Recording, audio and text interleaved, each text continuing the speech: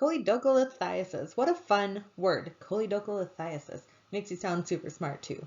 Maybe not super smart, but it's a pretty cool word regardless. So choledochalithiasis, we'll talk about what it is, some variants of it, and what it looks like. So choledochalithiasis, we can break that down. Choledochal, bile ducts, and then lithiasis, stones. So it's stones within the bile ducts. There are a couple of variants of choledochalithiasis. Primary are stones that are going to form or originate within the bile duct. So remember that is primary. Secondary choledochalithiasis comes from the gallbladder creating tiny itty bitty stones that somehow make it through the cystic duct, migrate down into the bile duct where they get lodged. And secondary is the more common version of choledochalithiasis.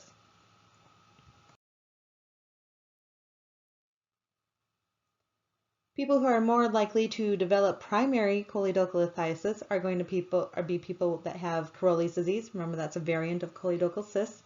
Maybe they have prior biliary surgery. Maybe they've had a stent put in, or had their gallbladder taken out. Maybe a stone kind of rolled in there and they missed that stone. Or the other one is sclerosing cholangitis, which is inflammation of the bile duct. Secondary choledochalithiasis, as the name or as the variant suggests, has to come from the gallbladder. That's stones that come from the gallbladder. So if a person has made very tiny small stones, those stones are more likely to migrate into the bile duct. Let's take a look at then what this looks like by ultrasound.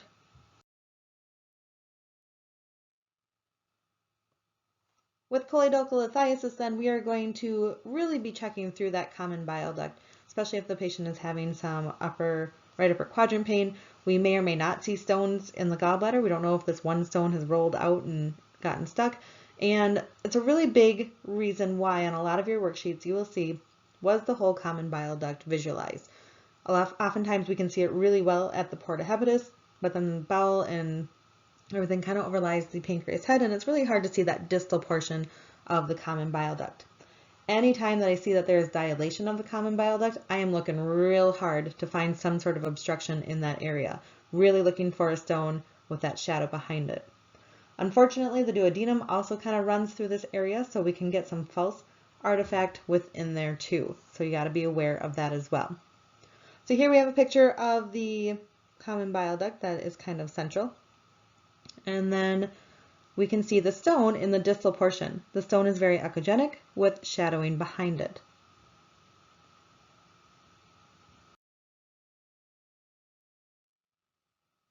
Here again, we have a picture of the common bile duct. It looks kind of juicy, a little enlarged. We can then see the common bile duct, an echogenic material within the bile duct exhibiting shadow behind it. So this is more confidently going to be diagnosed as choledochalithiasis. Okay, so here's a test for you. We've got the common bile duct in the center of the box there. And where do you think the stone is in this picture? Well, if you're looking at this area, it actually is the duodenum.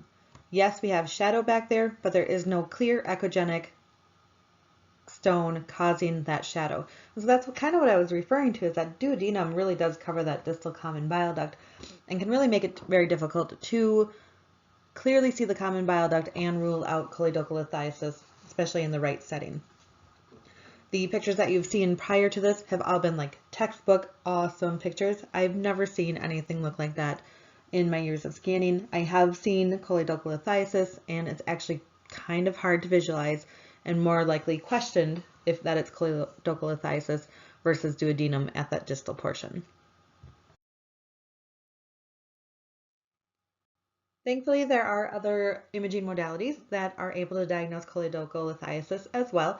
So remember this when you're scanning and struggling to see the liver, struggling to see everything you need to see, there are other ways to look inside the body. Ultrasound is not the end-all be-all. But on this picture here, we have the gallbladder, and then we also have the pancreas. And what you can see is that bright white dot is the stone, and that stone is lodged right at the pancreas head, therefore diagnosing the choledochalithiasis.